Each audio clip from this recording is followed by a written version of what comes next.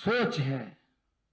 मुझे ये भी खुशी है कि आप सब जानते हैं कि जब किसी भी कार्य को सुनिश्चित और स्थायी रूप से हमें करना हो तो उसके लिए एक स्पष्ट, वैज्ञानिक और सुव्यवस्थित प्रक्रिया की आवश्यकता होती है।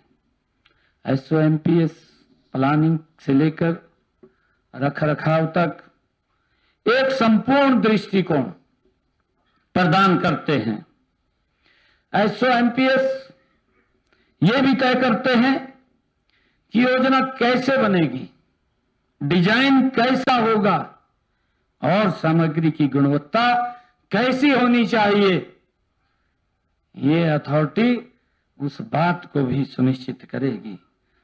हम सब जानते हैं कि इसके अलावा भी SOMPS यह भी सुनिश्चित करने का निर्माण प्रक्रिया में कौन कौन से निरीक्षण होंगे, सुरक्षा के क्या मापदंड होंगे और पर्यावरण की दृष्टि से किन पहलुओं का ध्यान रखना वो आवश्यक होगा। जब आज हम देश के यशस्वी प्रधानमंत्री नरेंद्र मोदी जी के विजन के अनुरूप विकसित भारत, विकसित हरियाणा की दिशा में हम तेजी से आगे बढ़ रहे हैं। हम देख भी रहे हैं पिछले 10 वर्षों के अंदर कितनी गति से काम हुआ है और उसकी क्वालिटी, उसकी गुणवत्ता को बनाए रखना वो इस टीम के हाथ में है, हम सब के हाथ में है। और मुझे पूरा विश्वास है कि जो आज ये क्वालिटी इंश्योरेंस बना है, ये इस मजबूती में धाकड़ हरियाणा में ये धाकड़ मजबूती से आगे बढ़ेगा और इसका लंबे समय तक प्रदेश को तो लाभ मिलेगा, परंतु प्रदेश के साथ साथ बाहर के लोगों को भी उसका लाभ मिलता है। तब यह भी अनिवार्य हो जाता है कि हमारे विकास कार्यों की गति न केवल तेज हो बल्कि टिकाऊ और भरोसेमंद भी होनी चाहिए, विश्वास होना चाहिए। केवल तेज गति से निर्माण करना ही पर्याप्त नहीं है।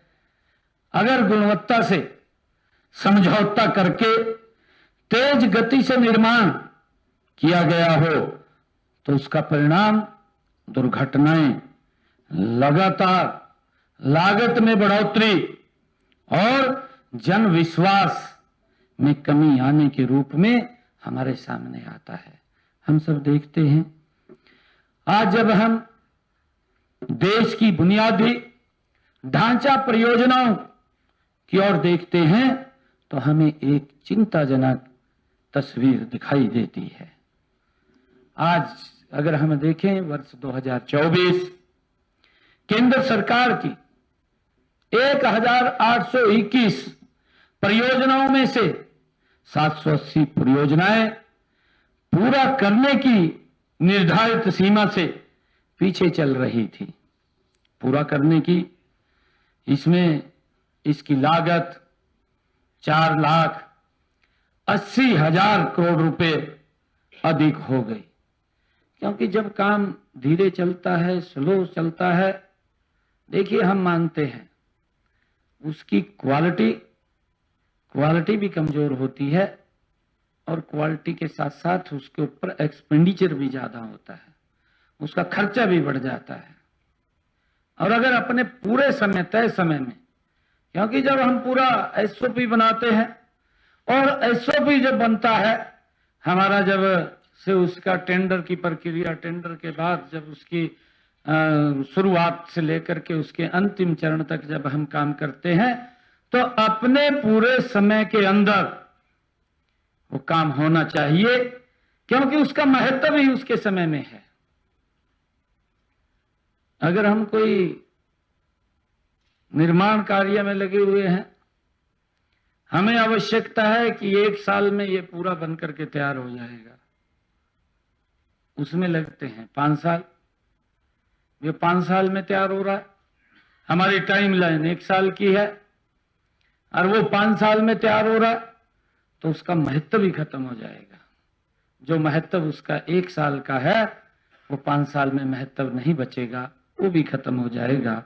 और जैसा मैंने कहा है कि उसका एक्सपेंडिचर भी बढ़ेगा, उसकी लागत भी बढ़ जाएगी, और लागत का भी नुकसान होगा, उसकी क्वालिटी का भी नुकसान हो जाएगा। हमें इस बात को भी सुनिश्चित करना होगा कि हमने अपने टाइम लाइन के अंदर हर उस निर्माण कार्य को पूरा करना है जिसके ऊपर हमारी नजर है, जिस काम के जो काम हमारे हाथ में है, हमने उसके ऊपर पूरी नजर लगा करके रखनी चाहिए। यह पूरे देश की जीडीपी का लगभग 1.6% ये बनता है, जो 4,80,000 करोड़ रुपया अलग से खर्च किया गया। ये कहीं और किसी निर्माण कार्य में भी खर्च हो सकता था, जिसका अलग से लोगों को लाभ मिल सकता।